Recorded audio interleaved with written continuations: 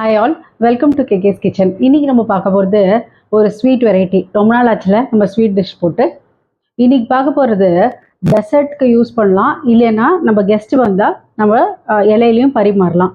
ஜென்ரலாக பார்த்திங்கன்னா கேரட் அல்வா, காஜர்கா அல்வா அப்படின்னு சொல்லுவாங்க. அது ஐஸ்கிரீமோடு சாப்பிடுவாங்க. But you will not believe, இந்த பீட்ரூட் அல்வா நீங்கள் சாப்பிட்டிங்கன்னா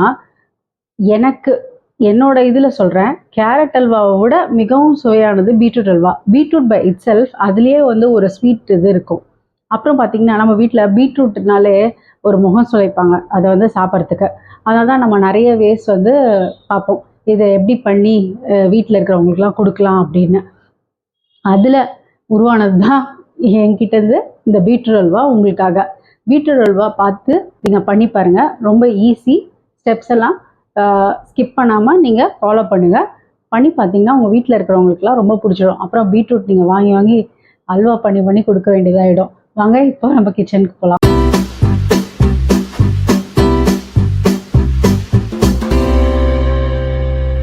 இப்போது நான் பீட்ரூட் எடுத்திருக்கேன். அது எப்படின்னா, நான் எடுத்திருக்கிற பீட்ரூட் ஒரு 1/4 கிலோ அளவு ஒரு பீட்ரூட்டை, ஒரே பெரிய பீட்ரூட்டை அதை நல்லா திருவிக்கேன். இப்போது இந்த திருவுற இது இருக்குல்ல, இந்த போர்ஷனில் சில பேர் திருவுவாங்க. இதில் எதில் திருவினாலும் நம்ம வதக்க போகிறோங்க. நான் இந்த பெரிய போர்ஷனில் கண்ணில் வச்சு திருவிருக்கேன். திருவினீங்கன்னா உங்களுக்கு இந்த மாதிரி வந்துடும். ஸோ இதை ரெடி பண்ணி ஃபஸ்ட்டு வச்சுக்கலாம். இது ஒரு 1/4 கிலோ இருக்கும் இந்த போர்ஷன். அந்த அளவுக்கு நான் உங்களுக்கு எல்லா மெஷர்மெண்ட்டும் சொல்கிறேன். அடுப்பில் ஒரு அடிகனமான பாத்திரம் எடுத்து வச்சுக்கலாம். மேபி நீங்கள் குக்கர் பாத்திரம் இருந்தால் கூட எடுத்துக்கலாம். அப்படி இல்லைன்னா நமக்கு இந்த மாதிரி கடாய் திக்காக இருந்தால் எடுத்துக்கோங்க. நல்லா ஒரு குழிக்கரண்டி நெய் இருந்தால் ஊற்றிடலாம் ஃபஸ்ட். இப்போ என்ன பண்ணுங்கள், தேவையான நட்ஸு. இப்போ நான் கேஷ்நட்டும் பாதாம் மட்டும்தான் எடுத்திருக்கேன். கேஷ்யூஸ் இந்த மாதிரி உடச்சிக்கலாம். பாதாமை இந்த மாதிரி கொஞ்சம் க்ரஷ் பண்ணி வச்சுக்கலாம். இதில் என்னென்னா, நம்ம காஞ்ச திராட்சை போட போகிறது இல்லை, வெறும் நட்ஸ் மட்டும்தான். அடுப்பில் நான் ஒரு குழிக்கரண்டி நெய் ஊற்றிருக்கேன். அது கொஞ்சம் சூடானோடனே, அதாவது மிதமான சூடில் என்ன பண்ணுறோம், நம்ம இதை போட்டு ஃப்ரை பண்ணி தனியாக இப்போது இந்த மாதிரி மிதமான சூடில் இதை ஃப்ரை பண்ணி தனியாக எடுத்து வச்சுக்கலாம். பொன்னிறமாக ஆனோடனே கொஞ்சம், அதாவது ஃப்ரை ஆனோடனே இந்த பருப்பை, அதாவது இந்த நட்ஸை நம்ம தனியாக ஒரு பவுலில் எடுத்து வச்சுக்கலாம். உங்களுக்கு கடாயில் அந்த நெய் மிச்சம் இருக்கிறது தெரியுதுல்ல. இப்போ இந்த ஸ்டேஜில் என்ன பண்ணுறோம், நம்ம துருவி வச்ச பீட்ரூட்டை இதில் போட்டுடுறோம். இப்போ என்ன பண்ண போகிறோம்னா, இதை நல்லா வதக்கணுங்க. எதுக்குன்னா, நம்ம நெய்லேயே வதக்குறோம். இதோட மாய்ஸ்சர் கண்டென்ட்டு, இதில் பச்சை வாசனை, இது ரெண்டும் போகிறதுக்காக இதை நல்லா நெய்யில் சாட்டே பண்ணோம். இது ஒரு 5 மினிட்ஸ் கிட்டத்தட்ட சிம்மில், அதாவது லோ ரேஞ்சில் வச்சு நீங்கள் வதக்குங்க. ஒரு 3 to 4 மினிட்ஸ் நான் நல்லா இந்த நெய்லேயே வதக்கிட்டேன். இது கொஞ்சம் அப்படியே உங்களுக்கு அந்த குவான்டிட்டி அப்படியே சுருங்கி இருக்கு பார்த்தீங்களா, இந்த மாதிரி ஆகணும். இதில் உங்களுக்கு அந்த மாய்ஸ்சர்லாம் நல்லா எவாப்ரேட் ஆகிடும். அப்புறம் நெய்லேயே அந்த வதக்கினதுனால அந்த பச்சை வாசனைலாம் போயிடும். இது சேம் கோஸ் டு கேரட்டும். இதே மாதிரி தான் நம்ம கேரட்டுக்கும் பீட்ரூட் ரெண்டுத்துக்குமே இந்த மாதிரி தான் பண்ணணும். இந்த ஸ்டேஜில் என்ன பண்ணோம், நல்லா காய்ச்சி ஆற வச்ச பால், நல்லா காய்ச்சின பாலாக இருக்கணுங்க. அது ரொம்ப முக்கியம். அதை இதில் ஆட் பண்ணணும்.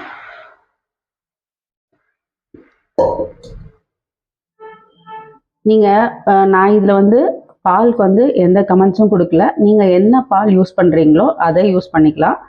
நான் தண்ணி ஊற்றாமல் காய்ச்சி ஆற வச்ச பாலை இதில் யூஸ் பண்ணுறேன். நான் இதில் எவ்வளோ யூஸ் பண்ணியிருக்கேன்னா, ஒரு 1/2 லிட்டர் யூஸ் பண்ணியிருக்கேன்.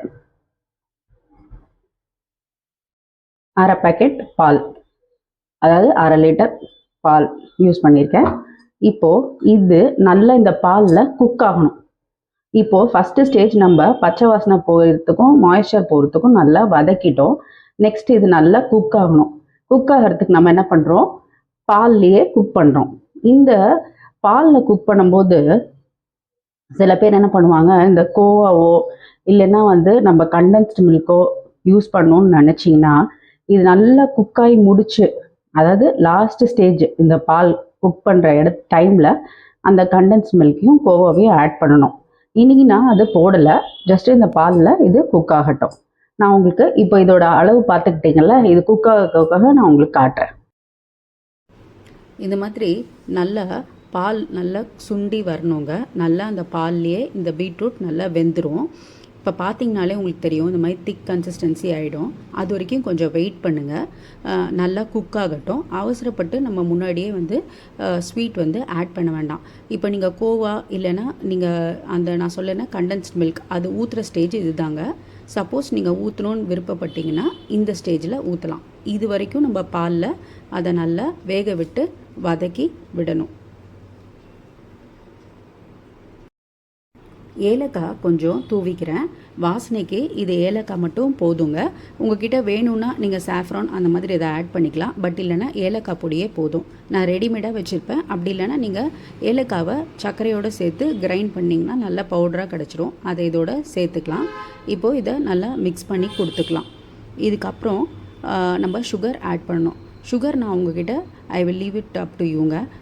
இப்போ வந்து சில பேருக்கு வந்து சுகர் பேஷண்ட்ஸ் இல்லைனா வேறு ஏதாவது உங்களுக்கு மெடிக்கல் இது இருந்ததுன்னா நீங்கள் சுகர் லெவலில் நீங்கள் பார்த்து போட்டுக்கோங்க. நான் இதுக்கு வந்து 1 டம்ளர் அதாவது 200 கிராம்ஸ் சுகர் யூஸ் பண்ணியிருக்கேன். நம்ம 250 கிராம்ஸ் பீட்ரூட்டுக்கு நான் 200 கிராம்ஸ் சுகர் ஆட் பண்ணியிருக்கேன்.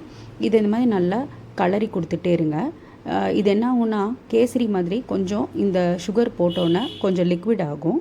அதுக்கப்புறம் வந்து திக்காக ஸ்டார்ட் ஆகிடும். இது நல்லா இந்த மாதிரி கலரி கொடுத்துட்டே வாங்க. பார்த்திங்கனாலே உங்களுக்கு தெரியும் கொஞ்சம் இளகும். இப்போது இந்த மாதிரி அந்த நான் சொன்னல நீர்க்க ஒரு ஸ்டேஜ் வரும்னு, இந்த மாதிரி ஸ்டேஜ் வரட்டும். இது திக்கானோன்னு நம்ம நட்ஸ் போட்டு ஆஃப் பண்ணிட வேண்டியது தாங்க. இந்த ஸ்டேஜில் நட்ஸு நம்ம இப்போ போடுறோம். ஏற்கனவே நம்ம ஃப்ரை பண்ணி வச்சுருந்தோம்ல நெய்யில், அந்த நட்ஸ் எல்லாம் இப்போ போட்டுடலாம்.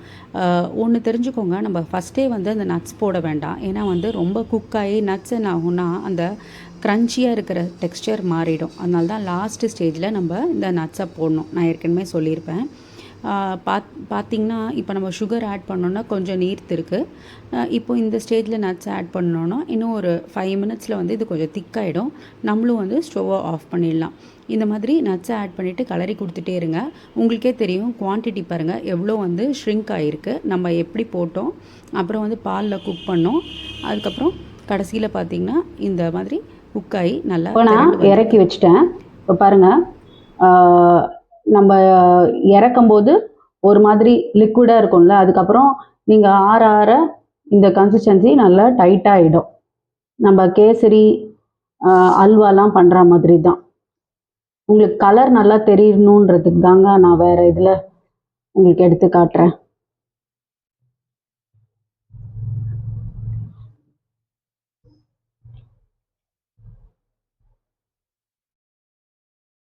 இது நீங்கள் இப்படி வெறுமனையும் கொடுக்கலாம், இல்லை ஐஸ்கிரீம் வெனிலா ஐஸ்கிரீமோட கொடுத்தீங்கன்னா இன்னுமே ரொம்ப ரொம்ப நல்லாயிருக்கும்.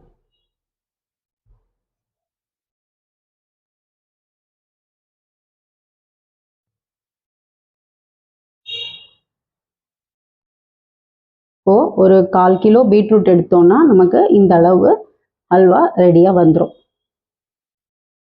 பீட்ரூட்டை பற்றி அதோட யூசஸ் பற்றி உங்களுக்கு நான் சொல்லணும்னு அவசியம் இல்லை. அது எவ்வளோ வந்து சத்தான ஒரு முக்கியமான காய்கறி வெரைட்டியில் ஒன்றுன்றது நம்ம எல்லாருக்குமே தெரியும். ஸோ அதை நம்ம வந்து ஃபுட்டில் வந்து கண்டிப்பாக எடுத்துக்கணுங்க. அதை வந்து நம்ம சப்பாத்தியாவோ இல்லைன்னா காயாவோ இல்லை கூட்டாவோ இல்லைன்னா இந்த மாதிரி ஸ்வீட்டாவோ எந்த மாதிரி வெரைட்டியில் பண்ண முடியுமோ பண்ணி நம்ம வந்து வாரத்தில் ஒரு அட்லீஸ்ட் ஒரு வாட்டியாவது இந்த பீட்ரூட் பண்ணி சாப்பிட்றத நீங்கள் ட்ரை பண்ணுங்கள். ஏன்னா அவ்வளோ நியூட்ரிஷன் வேல்யூஸ் அதில் இருக்குது.